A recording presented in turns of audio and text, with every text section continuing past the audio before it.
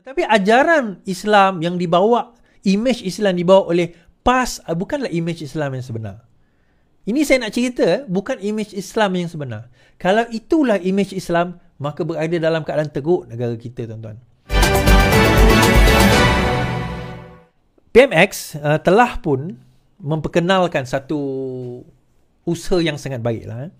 Bila kita bercerita tentang Islam, kita bercerita tentang menegakkan syiar Islam, PMX sebenarnya antara orang yang berusaha untuk menegakkan syiar Islam di dalam negara majoriti orang Islam. Okey. Dan antara usaha yang diusahakan oleh PMX adalah dengan memperkenalkan modul pembelajaran atau pengenalan kepada hadis 40 Imam Nawawi. Okey, bagi siapa yang tak tahu, Imam Nawawi adalah salah seorang imam besar dalam sejarah Islam, dalam ulama Islam besar, imam besar, dan beliau mengumpulkan banyak hadis-hadis di dalam Riyadhus Shalihin, tetapi beliau concisekan ataupun kumpul hadis tu yang banyak, yang beribu itu, dan letakkan di dalam buku, dan mengambil 40, dia sebenarnya bukan 42 hadis yang menjadi pengajaran dan utama di dalam kehidupan seorang Muslim. Kan, contohnya hadis pertama, innamal a'malu binniyat, berkenaan dengan niat.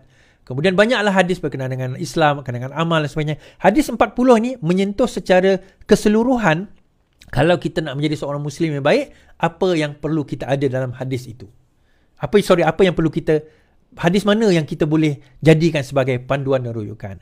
So hadis ini diperkenalkan oleh Datuk Seri Anwar Ibrahim, oleh Perdana Menteri kita, di sekolah-sekolah. Apa yang berlaku? Ada beberapa parti-parti politik yang tidak bersetuju dengan perkara tersebut. Mula-mula MCA kata tak setuju. DAP tak cakap apa, MCA kata tak setuju. Lepas tu Dusuki, Ustaz Dusuki pun mengeluarkan kenyataan.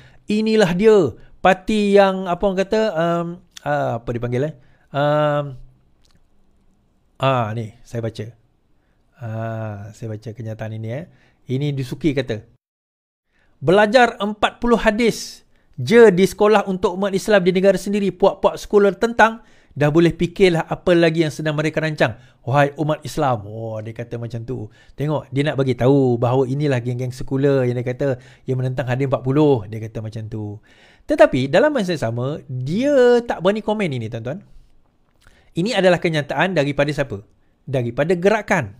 Di dalam satu surat khabar beliau, dalam kenyataan surat khabar Chinese newspaper, kalau Chinese newspaper ini, beliau menyatakan, iaitu Pulau Pinang, pemangku pengurusi parti gerakan Hu Dongyang berkata parti itu menentang sekeras-kerasnya unit penghayatan 40 hadis yang dilaksanakan Kementerian Pendidikan Sekolah Menengah dan Sekolah Agama yang dibagi kerajaan. Dan sebagainya. Dia kata dia menentang sepenuh-penuhnya. Dan ini adalah daripada parti gerakan. So, daripada parti gerakan, tidak apa-apa daripada PAS, tuan-tuan. Dia menyebut tentang sekular, dia menyebut tentang tak boleh pakai, dia menyebut tentang yang sewaktu dengannya kan. Rupanya kita dapati bahawa mereka itulah sebenarnya yang sebenarnya sekular. Tuan-tuan, kita nak cerita macam ni lah. Dia macam ni. MCA, gerakan atau mana-mana orang bukan Islam nak menyatakan pandangan mereka berkenaan dengan perkara ini, itu hak mereka secara demokrasi. Terus terang saya kata, tugas kita pula sebagai orang Islam dan sebagai pemerintah kena menjelaskan kenapa perkara ini, macam yang Perdana Menteri kata, dia tak diajarkan pun untuk orang bukan Islam. Kalau diajar pun orang bukan Islam tak faham. Sebab benda ini adalah benda berkaitan dengan hadis. Hadis ni pun mungkin berkemungkinan besar majoriti orang bukan Islam tak akan faham. Jadi no point pun mengajar tentang hadis tersebut. Yang kedua, hadis-hadis itu mengajar mengenai panduan hidup sebagai seorang Muslim. Benda yang basic saja. Kalau tuan-tuan baca, inilah saya sarankanlah kepada non-Muslim pun pergi cari hadis 40 Imam Nawawi, pergi baca. Baca translation dia. Sangat menarik sebenarnya. Dan kita khatam hadis ini, saya khatam hadis ini. Hadis ini saya gunakan setiap kali bulan puasa. Setiap hari kita akan baca satu hadis. Setiap kali bulan puasa kita akan baca satu hadis di samping ayat Quran sampailah ke habis bulan puasa. Jadi bolehlah kita baca 30 hadis kan. Dan kita biasanya tak ikut turutan lah, kita pilih-pilih mana-mana yang kita rasa sesuai. So benda yang sangat simple, dan hadis-hadis itu banyak menyentuh tentang niat, menyentuh tentang apa itu Islam, iman dan ihsan, menyentuh tentang apa itu malu kan, apa itu marah, la tardab, janganlah kamu marah. Malu itu apa? Menyentuh tentang banyak cerita, banyak kisah yang sebenarnya boleh kita pelajari dan boleh kita ambil iktibar berkenaan dengan hadis-hadis itu secara asas. Sebelum kita pergi ke buku hadis yang lebih besar seperti Riyadhus Shalihin yang lebih tebal, yang lebih besar, ataupun Bukhari, Muslim dan sebagainya. So bagi saya, satu pengenalan yang simple, yang mudah, yang sepatutnya kita dah lama dah implementkan. Tetapi akhirnya terima kasih Perdana Menteri Malaysia telah mengimplementkan perkara tersebut di dalam negara kita. Thank you PMX. Inilah dia sebenarnya Islam sejati, tuan-tuan. Tuan-tuan, ni saya nak cerita kepada non-Muslim lah, kawan-kawan kita yang non-Muslim. Sebenarnya, bila kita bercakap soal Islam, tuan-tuan, kita tidak semata-mata bercakap soal hukum. Kita tidak semata-mata bercakap soal negara, politik. Islam itu merangkumi semua, termasuk cara hidup yang baik. Bagaimana menjadi seorang individu yang baik, bagaimana menjadi seorang anak yang baik, bagaimana menjadi seorang jiran yang baik, bagaimana menjadi seorang sahabat yang baik kepada Muslim dan non-Muslim, bagaimana menjadi seorang pendidik yang baik, bagaimana menjadi seorang pemimpin yang baik. Saya sebut pemimpin tadi kan. Bagaimana menjadi seorang pembangkang yang baik. Tetapi ajaran Islam yang dibawa, imej Islam dibawa oleh PAS, bukanlah imej Islam yang sebenar.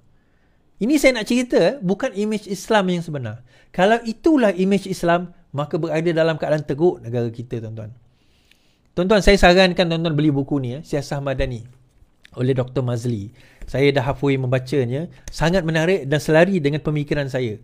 Dan tertarik saya adalah salah satu daripada apa yang ditulis oleh Imam Syafi'i sendiri.